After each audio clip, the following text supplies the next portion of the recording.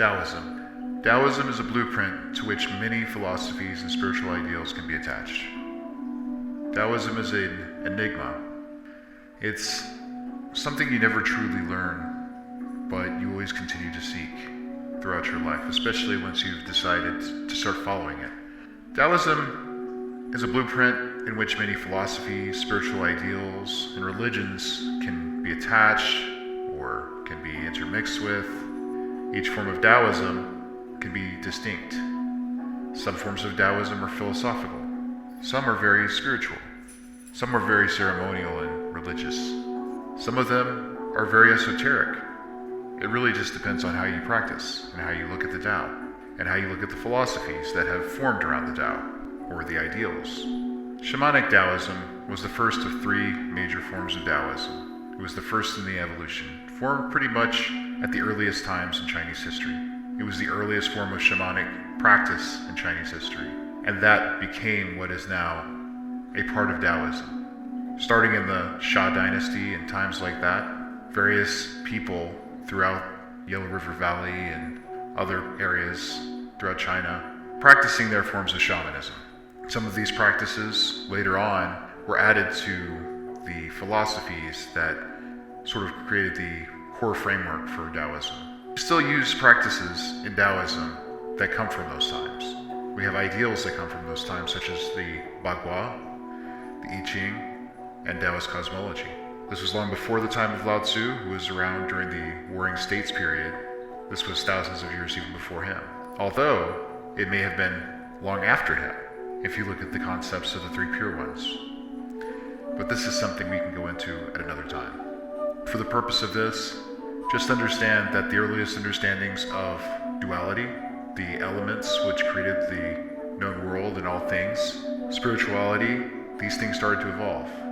Ancient Chinese magic started to evolve and became the sort of esoteric branch as well. Later on, philosophical Taoism came into being. Lao Tzu is known as the father of Taoism, but truly, Lao Tzu is the father of philosophical Taoism, which gave structure to the understanding of Taoism in some way, form, or fashion. This is the Taoist ideology that most Westerners know, and this is the Taoism that has been mixed with Chan or Zen Buddhism. It's based on the ideas of duality, the flow of nature, the mystery of the Tao that cannot be understood. Writers later on, such as Zhuangzi, came along and took it a little further. Alan Watts came along as well and took it further in the West, and many others along the way. Some rulers during the Han Dynasty actually ruled under Taoist philosophies, specifically Wu Wei, which allowed them to be very passive in how they dealt with government. This actually was considered to be a golden era and a very prosperous rule for China during that early Han Dynasty.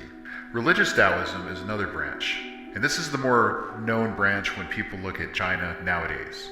If you look at Taiwan or other countries and places where they practice Taoism, religious Taoism is more ceremonial, about different types of rituals and priesthoods and things like that. Things that didn't exactly exist in early Taoist structure. These things evolved over time and are sort of a blend of things. In fact, sometimes the area between Chinese folk religion, especially those rooted in Han practices, and modern religious Taoism and the Celestial Masters branch or anything, the lines can blur a little bit. Although there are some very distinct features of religious Taoism over, say, Chinese folk religion, where everything is more regional, or, certain practices are a little bit more, maybe esoteric. Religious Taoism may be a little bit more structured and orthodox. Taoist priests and temples have existed across China for at least 2,000 years, and some have established sects that have survived for nearly as long. As I mentioned, the Celestial Masters have existed since 142 CE, during the late Han Dynasty. These forms of Taoism form the core framework to which all other Taoist schools of thought were born, whether it be the shamanic Taoism, the philosophical Taoism, and religious Taoism. No one Taoist ideal is necessarily the right Taoism, and we still have a long way to go. In fact, we'll never know the true essence of what makes up the Tao and what Taoism truly fully encompasses. It's an ongoing journey, and you're always a student even when you're a teacher. But Taoism can be applied in every aspect of life, and Taoism can also be followed throughout a life.